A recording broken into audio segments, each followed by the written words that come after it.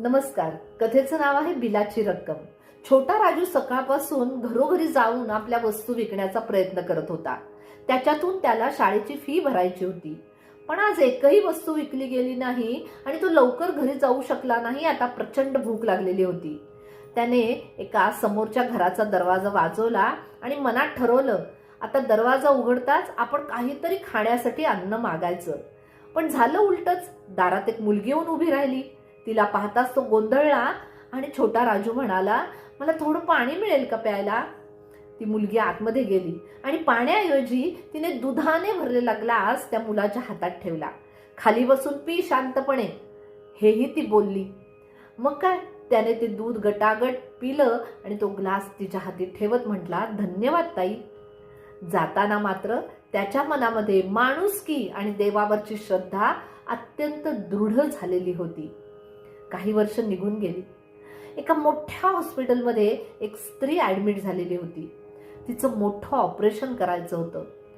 Operation करण्यासाठी तिची तपासणी करणं आवश्यक होतं आणि ते करणारे डॉक्टर जेव्हा तिच्या गावाचं नाव आणि तिचं नाव वाचतात तेव्हा त्यांच्या चेहऱ्यावरती हसू आणि आनंद दिसून येतो.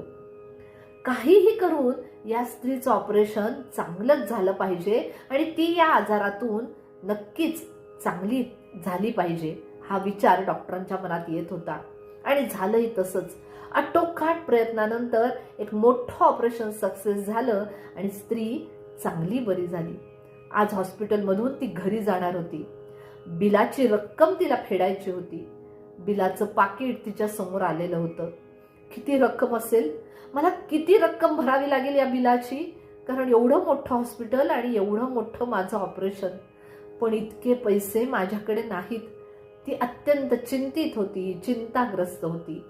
घरातले तिला सांगत होते घाबरू नको म्हणून, तरीही मनातली भीती जात नव्हती. तिने हलक्याच हाताने ते पाकिट फोडलं आणि ते बिलाचं कागद समोर धरताच तिच्या डोळ्यातून अश्रुधारा वाहणारे अश्रू टपटप त्या बिलाच्या कागदावरती पडत होते. कारण त्याच्यावरती लिहिलं होतं, ताई, बिलाची रक्कम 0 आहे, कारण तू बिल आधीच फेडला आहेस.